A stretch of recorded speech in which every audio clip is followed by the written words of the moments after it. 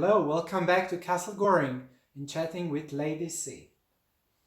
Hopefully you're all keeping safe at home and we are here to entertain you as always. Good questions? Yes, the first topic and the question is regarding Meghan and Harry. Meghan and Harry refuse to cooperate with certain media houses. Do you think it's right thing to do? I tell you what, Leo, Yes. before we get on to the dreaded Meghan and Harry, I seem to recall that there was a question about you being very handsome. So, do you think we could actually start with that one? Well, if you insist, we can. I do insist. So, what is it? What is it? Do you remember? No, I even didn't. Well, let's see it. So, would you like to read it? Or I should? no, I'm not reading it. You can read it. Okay. Leo seems quite handsome. Does he like beef or lamb? What does mean this? I have absolutely no idea. Do you like beef or lamb? I have no idea what to it eat. Beef or lamb? I have Well, no I idea like what it everything. You I like like everything. both. You like both. Okay. Beef or lamb? I What? wonder if we could have slightly more veiled undertones. Like, do you like one sort of meat or another sort of meat? I have a feeling that's what they might be getting at. So I prefer chicken. You prefer chicken. Okay. Or turkey. Okay, great. So we've got it. Okay. So let's go back to the first question. Yes. Regarding Harry and Meghan Okay. Well, refusing to cooperate, with the media. I think that is a very interesting question. I think that Harry and Meghan are completely out of order. Mm-hmm. Their behaviour is unconstitutional. She may not be a citizen of this country, but he most certainly is. And he needs to abide by the laws and protocols of this country. And there is an elaborate protocol involving the press, which is that everybody who is written about the press has a right to be alerted and comment. Press has an obligation to refer back to the subject of any story they are writing about. Harry and Meghan are completely out of order to say that they are going to change the rules by which this country's free press conducts its business, when these are protocols that have evolved over decades and sometimes centuries. There is also the issue that they have attacked the 4 largest newspaper companies in this country and said they are not cooperating with them. That is entirely out of order. They are unconstitutional. They can say at each and every turn to each and every story, no comment. They do not have the right to say, we are so full of ourselves and our importance that we are going to call the shots and we are going to create a completely new protocol that is unique to us, and that the relationship between the royal family and the press is a symbiotic one. The press needs the royal family to write about, because the royal family is the multi celebrities of the day. The royal family needs the press because the press write about the royal family. It's oxygen for both. One without the other doesn't work. Okay. And this is what Harry and Meghan have in their arrogance, and it is undoubted arrogance. decided that they are going to lay down the law, but they are going to lay down the law when the law has already been laid down, and they're simply not agreeing with it. So they're saying we're going to create new laws. Well, excuse me, that's for Parliament and that's for the legislators of this country, and that you do not tamper with a free press because you don't like what they're writing about you. I don't like what a lot of those companies have written about me. In fact, every single one of the companies that they have attacked, I have sued at some point. There is a way of going about things that is the correct way. Their way is completely incorrect and totally unconstitutional. They're completely out of order. Completely. Yeah, but for example, now they move to live in the States. Maybe they will cooperate with the media in the States, with the newspapers. Oh, there is no doubt yes, that Meghan's and Harry's agenda is to cooperate with those organs of the press that are tame. They do not like scrutiny. They want adoration, adulation, attention on their terms. They do not want the scrutiny of the British press. They want the tame American press that they will feed news stories to, and they will say, "Oh, aren't Harry and Meghan wonderful? I mean, just marvelous. I mean, there's a coronavirus pandemic going on, and they've distributed 20 meals. I mean, aren't they wonderful?" Well, I'm sorry, they're not wonderful. It's outrageous. Well, but now, as they're not part of the family in the UK anymore. He is still a member of the royal family. If Harry wishes to cease being a member of the royal family, he can become an American citizen. He will renounce his titles. He will renounce his rank. He will renounce his citizenship. Until he does so, he is a member of the royal family. Harry has an obligation to this country.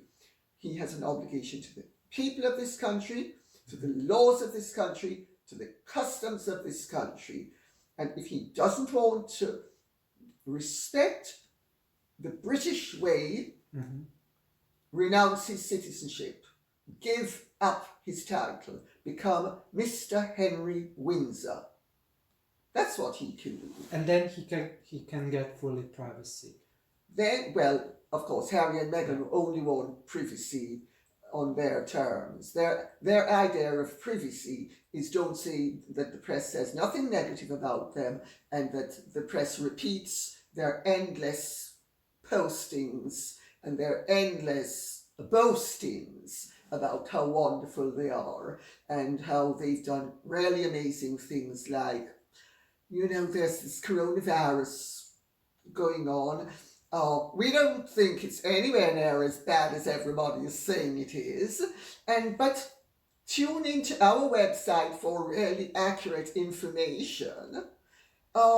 Then they shut down the website. Not that they were ever in a position to give more accurate information than the authorities. I mean, it's delusional stuff. It's offensive at this time. They should just shut up. And if they don't want to play ball with the British press, just do it without making announcements about it. They do not have the right to tell the British press that they are going to withdraw the British press's right to question them. Okay. They do not have the right, and it is impertinence on their part. What led to this divorce between media and the Sussexes? I don't want to go into all of it now. It's too in depth. Let's go now to our next question, which is very interesting. You've been part of the I'm Celebrity, Get Me Out of Here. Yeah. I want to know, and other people as well, I guess, what is your experience and how you... Well, what was the question? Because Ah. it's not what you want to know, it's what the person asked. Well, What I they want to know as know. well. Well, I know that you may want to know, but Yes. this is not about you or me. This is about them out there. Yeah, so there is the I'm not Meghan and you're not Harry. It's not about you and me. Ah, okay. It's about them. Well, maybe we are better than Harry and Meghan. Well, you can say that if you wish. Okay. I think it wouldn't be very difficult at this stage. But... Okay. Well, the question is, why did you left I'm Celebrity? I left I'm a Celebrity when they encouraged me to leave. Mm-hmm. I am the only person who has ever left the show without losing any proportion of their fee. They said that they were releasing me because I had hurt my back, so it was on medical grounds. Okay. Is this true? I had hurt my back, how? but I'd hurt my back. I tripped on my shoelaces that got entangled, and it did hurt my back like that. It didn't stop them allowing me to dope myself up to do the various trials. Mm-hmm. So that was a fig leaf. It was obvious it was a fig leaf. And I thought at the time that they were really shoving me out because I had told them that I'd said to them, Duncan and Tony have been harassing me for the last 2 weeks. It's intolerable. If I had been a working class girl made good and they had been two lords, you would have shut this down 2 weeks ago. You're going to have to shut it down. If you don't shut it down within the next 20 minutes, there are going to be consequences. Within 20 minutes, they came back with this fig leaf of my health. Mm-hmm. And it was made quite clear to me that if I wanted to stay, I was not going to be allowed to stay. I said, I took the money and ran. I actually was perfectly happy to go. In fact, I wish I'd gone the very first person to go. I never ever wanted to be in there for any length of time. I've always been absolutely upfront about the fact I did it for the fee, for the roof here. And that was what I did it for.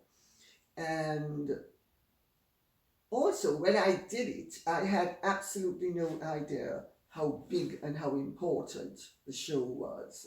Okay. It was only a few months ago that somebody in the television industry said to me, and that was my eureka moment. Mm-hmm. They said, you know, the reason why you were shoved out was because you were going to win it. Oh, really? That was my exact reaction. Yes, I'm staying. That was my exact reaction. You can beat me every day, I will stay. I said, they said no. But how they knew? Well, because people voted. Ah, yeah, okay. Yes. And they knew. evidently, You were leading. When I don't know how many votes I got on a daily basis because I've never watched the program with me in it. But I do know that I was told by one of the top guys at ITV that when they discovered that I was in the show, the viewing figures went up by millions. Wow. And when I left, they dropped by millions. So, but that, I don't quite know how the voting thing went. I don't know if I was ever the favourite. Yes. I was told I was one of the favourites to win, and that some people thought I was a hot favourite to win. I don't know the ins and outs of it. But that's, when they said that to me, I thought, then it made sense. Because, you see, ITV knew that I would have been their idea of a nightmare queen of the jungle. And they would have been right. Okay. In fairness to them, they would have been right. because every time a king or queen of the jungle comes out, it emerges. There's a big hoopla, and they are greeted with fireworks and a crown made of fake flowers and the whole 9 yards. Well, of course, and they always ask, how does it feel to be king or queen of the jungle? Yes. Well, you know what my reaction would have been if I'd won it. It would have been, oh, what a palaver, I already have enough titles, thank you very much. I really don't need another one. Especially of jungle. So, in fairness to ITV, Yes. if they really did shove me out because I was their nightmare of what a winner would be, they were, I suppose, prescient in having done it, because I'd have been perfectly happy to cooperate and do all the stuff that one is supposed to do, but I wasn't certainly going to regard it with the seriousness that any of the other winners, all of the other winners, have regarded it as a great honour. Well, I'm sorry, to me it was never going to be an honour. So, Queen of the jungle. And in fact, I then went on to various TV shows where they said I was the real queen of the jungle. Yeah. And I gather the internet was alight with the fact that I was the real queen of the jungle, which the real queen of the jungle did not like at all. Yeah. In fact, she complained very bitterly to one of the other contestants, who told me that her nose was severely out of joint because she was the official queen of the jungle, but everybody was saying I was the real queen of the jungle. So you steal the show. Well, some people thought I did. It certainly wasn't my intention, and I wasn't aware of it. You're not aware of what's going on. I was just myself. Yeah. With one other exception, the rest of them were busy acting up a storm. Look how wonderful I am. Oh, I'm so marvelous. I'm just a wonderful person. Oh. But you even you were in jungle, but you were still wearing pearls. I noticed this. Well, yes, I did. You did lose your glamour. You're not allowed to have makeup. Yes. So for watching, you don't need makeup there. Well, but still, most women like to have a little makeup, and I was not going to have any makeup. And I thought, well, I'm going, and it's grotty. I mean, you're in the jungle, for goodness sake. So I thought, no, I'll use my pearls, which I did. Yes. But I didn't use my good pearls. These were the better.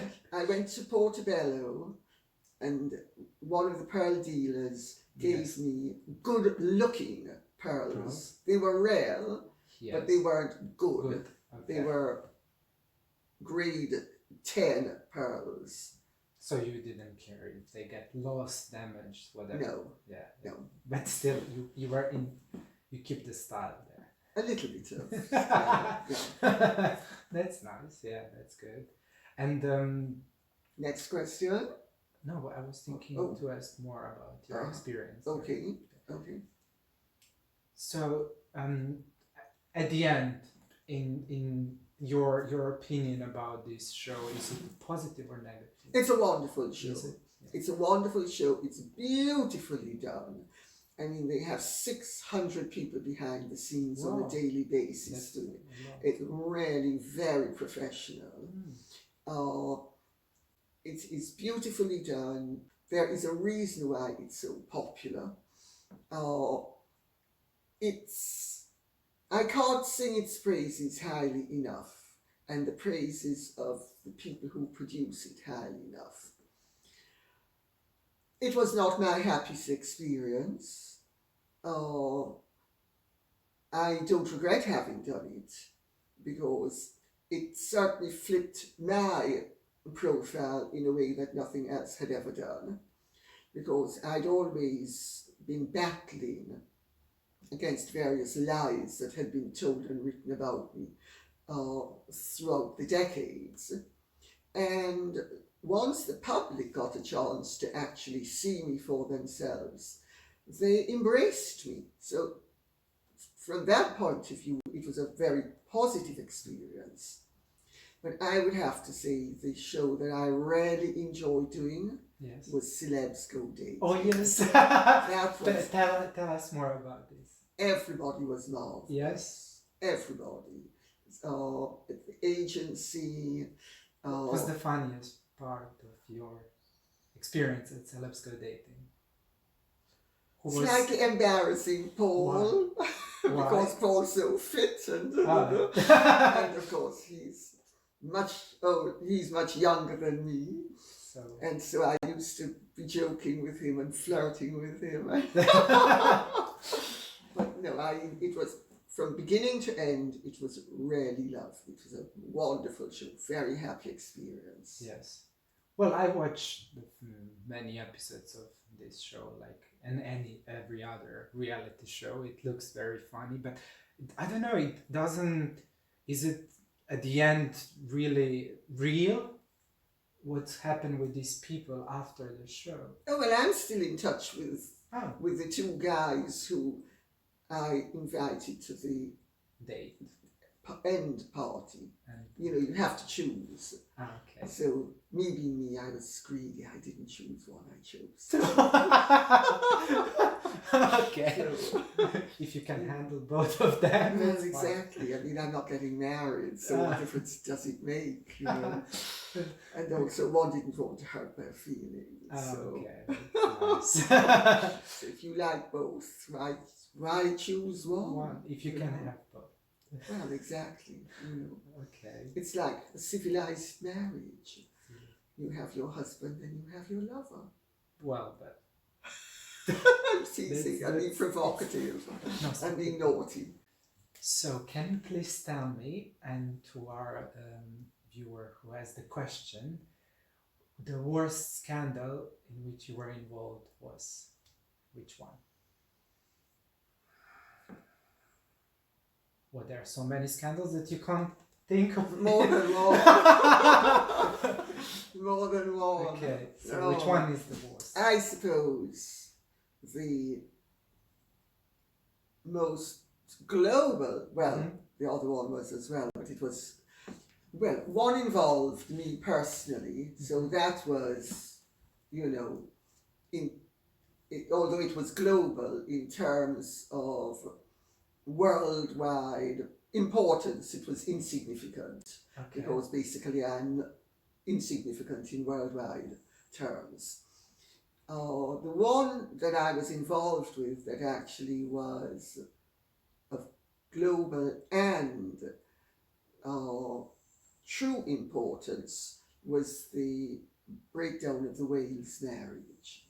Okay. And because my first Diana biography started out as an authorized biography. By Diana? Yes. Okay. Which was called Down in Private, The Princess Nobody Knows. We actually have here one, I think. Let me see.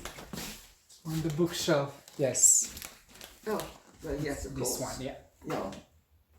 That's the American edition. This is American. Yeah. So, Diana in Private, The Princess Nobody Knows. Yes. Lady Colin Campbell. The book all Britain is talking about. The London Sun. Yeah. Wow. It was a New York Times and London Times bestseller. So anyway, let's get rid of it. Bye, Diana. And that started out as an authorized biography. Okay. My idea was to write a fundraiser for charity, 3 of my charities, which were 3 of her charities. I approached her, she agreed, I went into the palace, and then she decided this was her golden opportunity to get out, of her situation. And I went along with it up to a point, and the point I ceased going along with it was when I felt that she changed her story significantly. It became apparent to me that she was manipulating me and was going to be manipulating the situation because she was not coming clean and she was trying to blame Prince Charles for things that I knew he was not to blame for, and she had admitted he was not to blame for. So I bowed out, and then I continued writing my book, and I knew that I had to finish the book because not only did I have a publishing contract to honour, but I knew that she was going to go to someone else who would be Goebbels to her Hitler. And sure enough, she found Andrew Morton, who was a perfect minister of propaganda. And good luck to Andrew. I mean, I know Andrew Morton. I like Andrew Morton. He's a decent guy. He's very professional. And he absolutely, straight down the line, did everything she told him and wrote it exactly as she wanted it written. The only problem was it was all well, not all, but a lot of it was complete lies. So I then found myself involved in this really international scandal, and it was extremely unpleasant at times, I have to tell you. I mean, I'm sure it was far worse for her and for the Prince of Wales. I had sympathy for Diana and for her situation and for her position. I just could not agree with the unscrupulous way she went about things. My opinion was she could have gone about them in a far nicer way. Okay. But her belief was that if she didn't do it in as ruthless and vicious a way as she was doing, effectively making herself the Prince of Wales's victim and the royal family's victim, that they would take her children away from her. And I did not believe that they would take her children away from her. And in fact, it turned out they did not try to take her children away from her.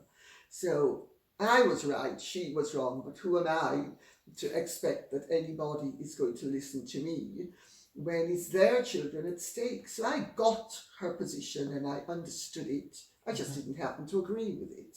Okay. So. And after it leads to some disagreement with Diana? Or? Oh, well, of course, Diana and I fell out majorly. But then in 1995, I avoided her between 1992 and 1995. If I was invited to something that she was going to be at, I would decline it. Until in 1995, the Russian ambassador was having a reception at the Russian ambassador's residence in Palace Gardens. Well, my children are wholly Russian and I'm part Russian.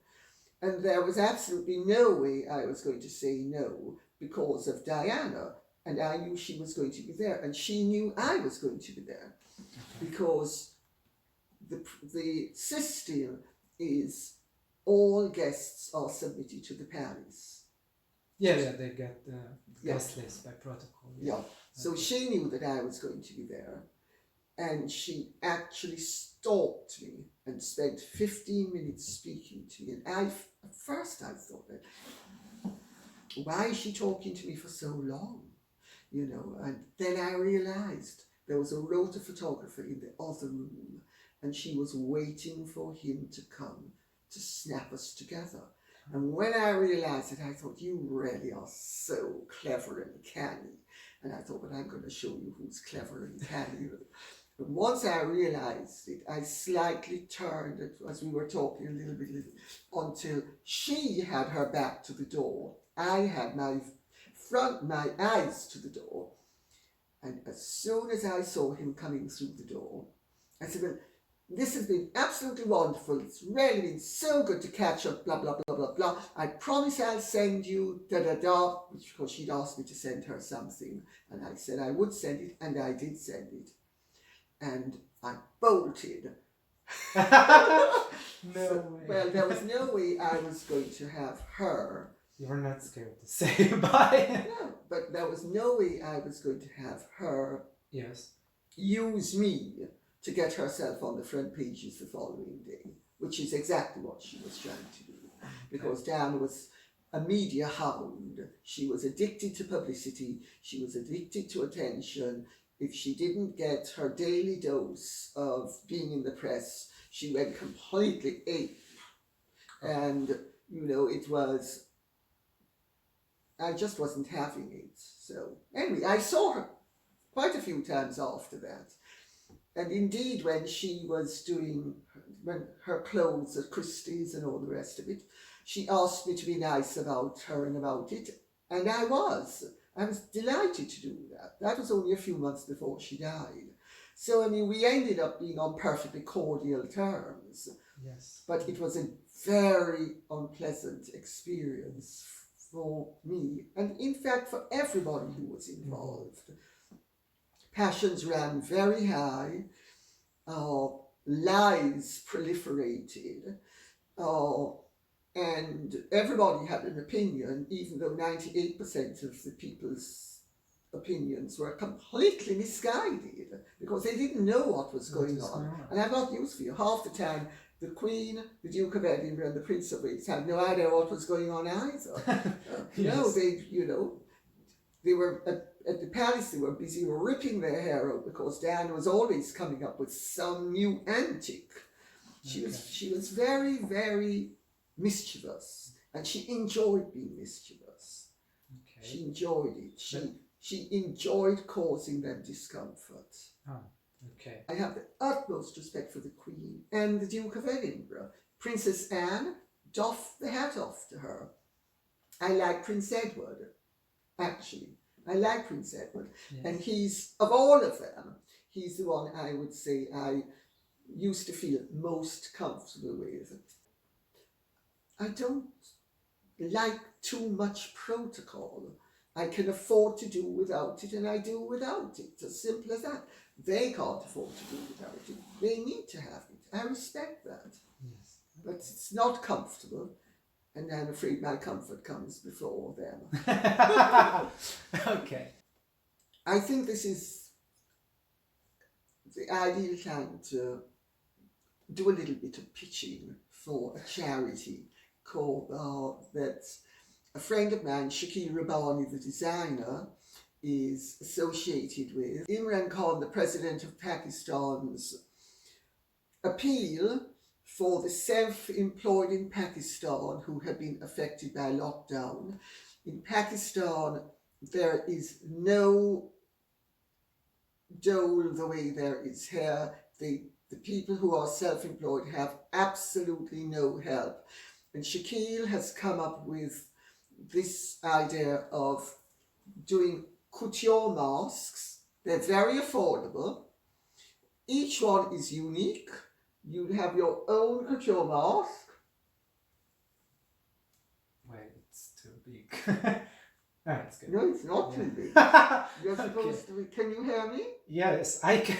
You can. Okay, I You think look very I look very Zorro, don't scary. Okay. I would be Doña Diego de la Vega. Okay. And this is mine, and if you would like to order one, please go to Shakil Rabbani Instagram, which is spelled Shakeel. Rabbani is Rabbaney, Instagram, and you can pay online at www.covid.oprd.gov.pk. So next question was regarding the people of color in the royal family. Well, I tell you, that's a very interesting question, but why don't we save it for next week? What I'd like to do is wrap up by mentioning 3 people I knew and liked who have died of coronavirus. Oh, yes. Alexander Bath, who was an old friend of mine, and I used to stay at Longleat in its glory days. And he was a great character. He was 87, so he had a very good innings, but he was a nice man. Sir Andrew Delarue, who was more or less my contemporary, and in the 70s sort of was a little bit of a beau of mine. I was never that interested, but I liked him enormously. He's died, and his wife, I gather, is very ill. And then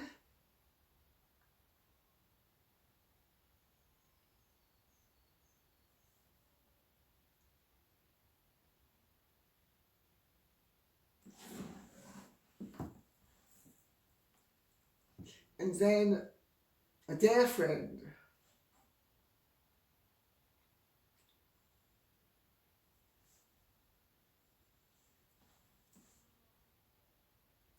Alexandra Sykes.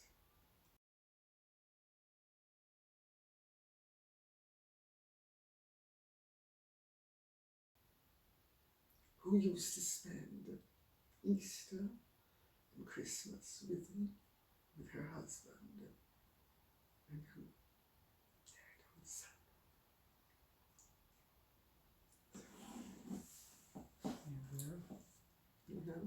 And she was a great character, very warm-hearted, and so I just wish everybody keep safe and Godspeed. Yeah. Well, this is very sad moments for many people in the world as well. So Yes. it's Which is not why easy, we need to keep, especially when we lose close people to us. we need to keep our priorities straight. Yes. Yeah. Good. Well, thank you very much for today, our talk, and all these funny moments as well. Please keep writing your questions, everyone, and we will continue having our chat. So please follow us and have a wonderful week. And ask any questions you want. Be as provocative as possible. And next week I will address people of colour and the royals. And no more questions about me, please. Or any comments about me. Well, I don't know. It's you, not me. Well, I don't know. Maybe, maybe we can find you a nice spouse. No, not now. The Carson Goring version of Celebs Go Dating? Dating. No, it's too early. Princes Go Hunting. No, it's for now it's good. Thank you, Leo. Yeah, thank you. My Thank you. pleasure. Goodbye.